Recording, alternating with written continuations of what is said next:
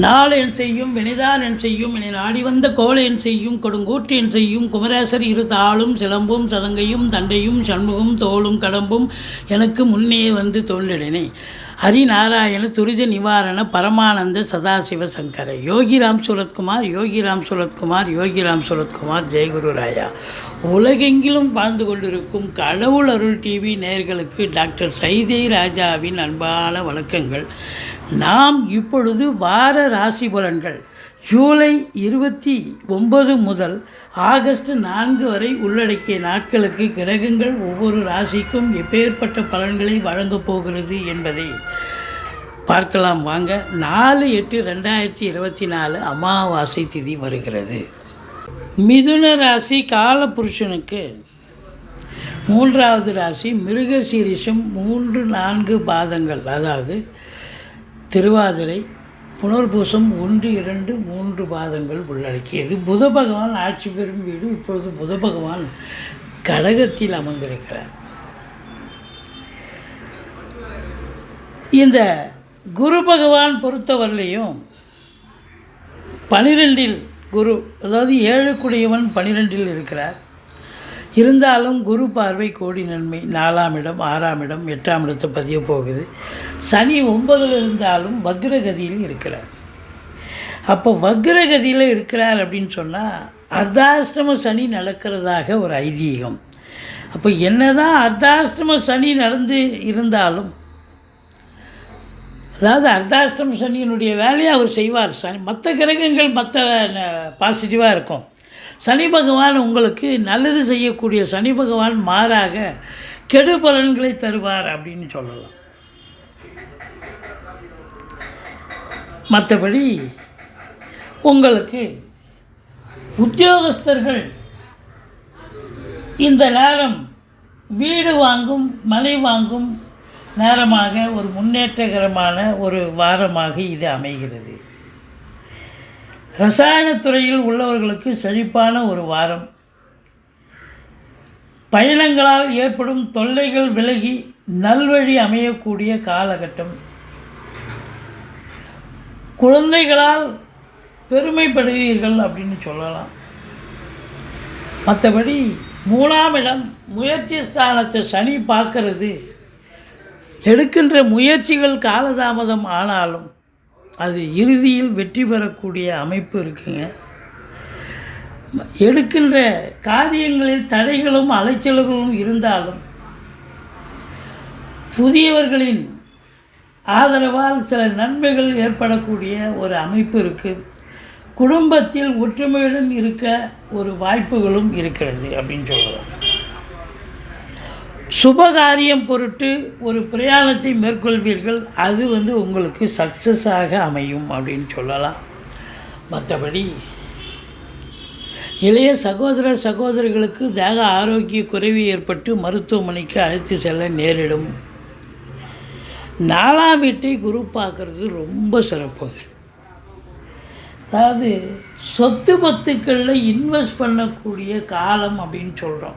இந்த உத்தியோகஸ்தர்கள் மாத்திரம் பார்த்திங்கன்னா இந்த காலகட்டம் ரொம்ப பிரமாதமாக அவங்க ஏதாவது ஒரு இடம் வாங்க, பூமி வாங்க, தோட்டத்துறவு வாங்க இருக்கும் நிலை ஏற்படும் அப்படின்னு சொல்லலாம். உத்தியோகம் பார்க்குறவங்க ஒரு சிலர் வெளிநாட்டுக்கு கூட போவீங்க. டிரான்ஸ்ஃபருக்காக வெளிநாடு போய் வேலை பார்ப்பீங்க. மற்றபடி வேற்றுமொழி பேசும் அன்பர்கள், பரிச்சயம் இல்லாத நபர்களால் கூட அந்நிய தேசம் அந்நிய இடத்தில் உங்களுக்கு நல்லது நடக்கக்கூடிய ஒரு அமைப்பு. 12இல் குரு பக்தி மார்க்கத்தில் அதிகமாக இருப்பீங்க. ஆன்மீகத்தில் உங்களுக்கு தெளிவு பிறக்கக்கூடிய நிலை. அதே நேரத்தில் அரசு விவகாரங்களில் சில சிக்கல்கள் இருக்கலாம். ஏன்னா சூரியன் தன்னுடைய வீட்டுக்கு 12இல் இருக்கிறதால அப்புறம் அதுக்கு தெளிவான ஒரு சிந்தனை இப்போ ஏற்படக்கூடிய ஒரு அமைப்பு. அதாவது அரசு விவகாரங்களில் சிக்கல் இருக்க சொன்னோம் இல்லையா, அந்த சிக்கல்கள் விலகி ஒரு தெளிவான ஒரு சந்தோஷமான நிலை ஏற்படும். கலைத்துறையினர்களுக்கு முன்னேற்றகரமான ஒரு வாரம். அதில் குறிப்பாக எழுத்துத்துறையில் இருக்கிறவங்களுக்கு யோகமான ஒரு வாரம். பெண்களால் முன்னேற்றங்கள் ஏற்படுமா, அதாவது வேலைக்கு போகிற பெண்களாக இருக்கட்டும், ஹவுஸ் ஒய்ஃபாக இருக்கட்டும், கண்டிப்பாக பெண்களால் முன்னேற்றங்கள் நிச்சயமாக இருக்கும். 2ஆம் இடம் 3ஆம் இடத்துல சுக்கிரன் இருக்கிறதால லட்சுமி கடாட்சம் நிறைந்த காலகட்டம். வீட்டுக்கு தேவையான விலையுயர்ந்த பொருட்களை வாங்கி மகிழ்வீர்கள். கலைத்துறையில் இருப்பவர்கள் முன்னேற்றம் காண்பார்கள். கதை கவிதை எழுதுபவர்களுக்கு சிறப்பான வாரம். வெளிநாட்டில் பணிபுரிபவர்களுக்கு பெருமைகள் சேரக்கூடிய ஒரு வாரமாக இது அமைகிறது. மற்றபடி உங்களை பொறுத்தவரையிலையும் 2ல் சூரியன் இருக்கிறதாக அனாவசியமாக பேசி வீண் விவாதங்கள் வீண் வம்பில் மாட்டிக்கொள்ள வேண்டாம். அரசு இயந்திரங்களில் பணியாற்றுபவர்களும் இந்த பத்திரிகை துறை மீடியா துறையில் பணியாற்றுபவர் அன்பர்கள் தங்களுடைய திறமையை கொணரக்கூடிய ஒரு வாரமாக இது விளங்கப் போகிறது. தன லாபங்களும் உண்டு. அதற்கேற்ப செலவினங்களும் ஏற்படக்கூடிய அமைப்பு இருக்குது. உடல்நிலை சீராக இருக்கும். தெய்வீக காரியங்களில் மனது ஈடுபாடு உண்டாகும். எப்படி இருந்தாலும் சுப விரயமாக தான் இந்த வாரம் அமையப் போகிறது. சந்தோஷமான ஒரு வாரம் என்றே சொல்லலாம். அதாவது 4ஆம் வீட்டை குரு பார்ப்பது பிள்ளைகளுடைய கல்வி சிறப்பாக அமையும். ரொம்ப இன்ஸ்டியூஷன்லேருந்து நல்லா படிக்கிறாங்க. அது உயர்கல்வியாக இருக்கலாம், இல்லை அயல்நாட்டு கல்வியாக இருக்கலாம். அங்கேருந்து நல்ல தகவல் வரும்.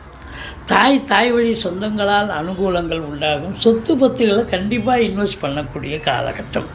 வீடு வாங்க, மனம் வாங்க ஏதாவது ஒரு நிலை இருக்கும். 6ஆம் இடம் எதிரிகள் ஓடி ஒளிவார்கள். கடன் சுமை படிப்படியாக குறையும். கோர்ட்டில் கேஸ் எதாக இருந்தால் சாதகமாக தீர்ப்பு வரும். மற்றபடி வெளிநாட்டு சமாச்சாரங்கள் உங்களுக்கு அனுகூலத்தை தருமா? 100% இந்த மிதுன ராசியில் பிறந்தவர்கள் வெளிநாடு போகணும்னு நினைக்கக்கூடியவங்க தாராளமாக போங்க. நல்லதே நடக்கக்கூடிய, அதாவது பயணம் கொள்வதன் மூலம் நன்மைகள் அதிகமாக நடைபெறக்கூடிய ஒரு வாரம் இந்த மிதுன ராசிக்கு தான், இந்த வாரத்துக்கு தான். மற்றபடி உங்களுக்கு